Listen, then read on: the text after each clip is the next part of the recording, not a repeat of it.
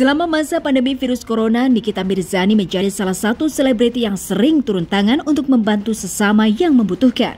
Namun kebaikan Nikita justru banyak dimanfaatkan oleh orang-orang. Beberapa waktu lalu, Nyai Niki marah-marah di Instagram lantaran ada sekitar 60 pengendara ojek online yang menyambangi kediamannya untuk meminta bantuan berupa uang. Ada pula seseorang yang datang ingin menggadaikan sertifikat rumahnya dengan meminjam 300 juta rupiah. Niki sontak tersulut emosi. Ia mengaku bahwa membantu orang lain selama ini datang dari keinginan hatinya, bukan karena paksaan atau diminta seperti itu. Ia sendiri saat ini sedang merasakan dampak dari virus corona yang tak kunjung usai. Selama tak syuting, beberapa salon milik Niki terpaksa tutup sejak 3 minggu lalu.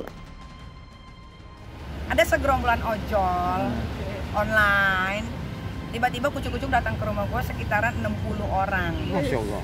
Banyak banget, udah pokoknya tuh jalanan udah kayak rumput karena kan bajunya hijau, ya kan. Gue liatin dari atas, pembantu gue keluar, dibilang Ibu Niki nggak mau ketemu kalau cara kalian begitu. Tetap ditungguin, gue liatin di CCTV 30 menit belum kelar, sampai 1 jam, akhirnya memuncak lah emosi gue, ya kan. Gue tanya sama mereka, gue keluar, gue tanya kalian kesini mau apa? Dia bilang, iya kita lihat Mbak Niki suka bagi-bagi uang di YouTube. Terus lu kesini mau ngapain? Mau minta duit? Diam. Ada yang bilang, iya kita mau minta dong kayak kerasannya Mbak Niki. Loh, kalau kayak gitu lu ngemis dong, ya kan? Karena gue nolongin orang itu orang-orang yang terpilih, yang beruntung aja gue pilih. Kayak gue pesen kayak kalau lihat YouTube gue yang di Crazy Nick Miril itu kan, gue kan pesen makanan dulu, yang kepilih ya gue kasih duit, bukan orang-orang yang gue comot begitu gitu. Ada satu yang bikin gue emosi, gue memuncak, dia bilang gini, ya kita kan ojol kan polos gitu.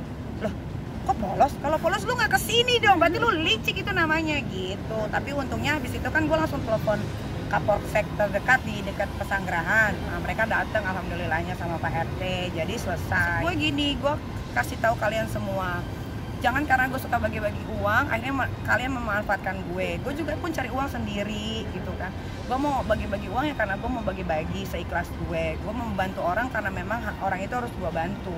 Bukan semuanya gue bantu, mati dong gue miskin mendadak ya kan. Sertifikat, ada yang lucu mau gadain sertifikat 300 juta ke rumah gue.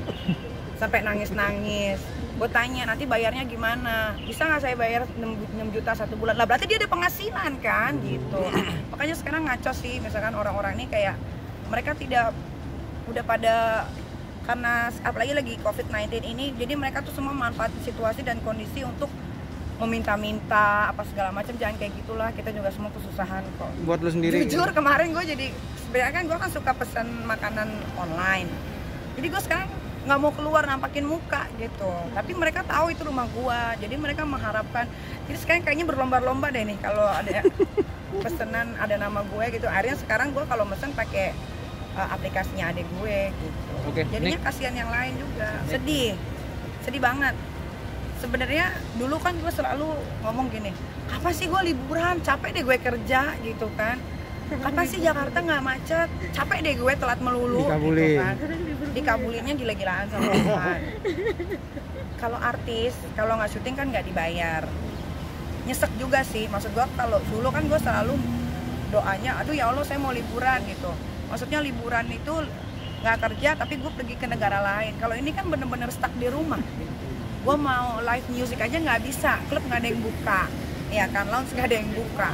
Jenuh, otak gue udah mulai mumet, kadang-kadang gue hampir setengah gokil gitu kan, ngelakuin ya udah mau ngapain lagi di rumah, ya kan, berenang udah, olahraga udah, naik turun tangga segala macam, sampai akhirnya anak-anak gue pada yang pecahin gelas gue diem aja. Udah anak-anak di rumah juga udah pada stres kan. Si Aska, kok aku nggak sekolah-sekolah Mi gitu kan, udah pada jenuh. Si Loli juga, adik gue juga yang tadinya semangat mau masuk kuliah baru kan harus tertunda. Makanya pas banget di bulan Ramadan ini gue mau berdoa lagi sama Allah, ya Allah gue kalau bisa jangan dikasih libur deh gitu, macetin lagi deh Jakarta kayak dulu gitu, karena ya besar banget ya, apalagi kan gue juga pengusaha kan, harus gaji karyawan, salon kan tutup. Itu gimana jadinya Ki? Tutup udah 3 minggu, yang di SD sama yang di Bali tutup. Tapi kan gue nggak kayak bos-bos lain harus PHK-in karyawan, jadi karyawan tetap gue gaji. Tanggal 22 nih karyawan tetap digaji. Tapi mungkin setelah ini kalau masih tutup juga kita akan pikirin mungkin akan pecat. Iya, ini udah Dirumahkan, diomongin. mungkin dirumahkan ya lebih ini. Sudah dirumahkan dari 3 minggu lalu. Cuman kan dengan dirumahkannya mereka, tapi gaji mereka tetap jalan. Tapi kan ini gue udah ngomong sama Kak Fitri, mungkin abis setelah gajian ini kalau masih begini terus mereka akan kelarin dulu. Ya dipecat lah bahasa itunya. Ya mau nggak mau kita juga dapat penghasilan dari mana kan? Ya kayak Ramadan kali ini lebih menyedihkan karena kita nggak bisa taraweh. Ya walaupun Niki nggak taraweh 29 hari di masjid, tapi kan pengen lah sekali 2 kali ke masjid gitu kan, tarawehan. Kayaknya sholat id juga nggak ada, gitu kan. Sungkeman juga mungkin nggak ada. Ya itu sebenarnya ada poinnya juga. Jadi Niki nggak banyak keluar uang untuk ngasih THR gitu. Tapi kan bukan itu. Mendingan gue ngasih uang sih.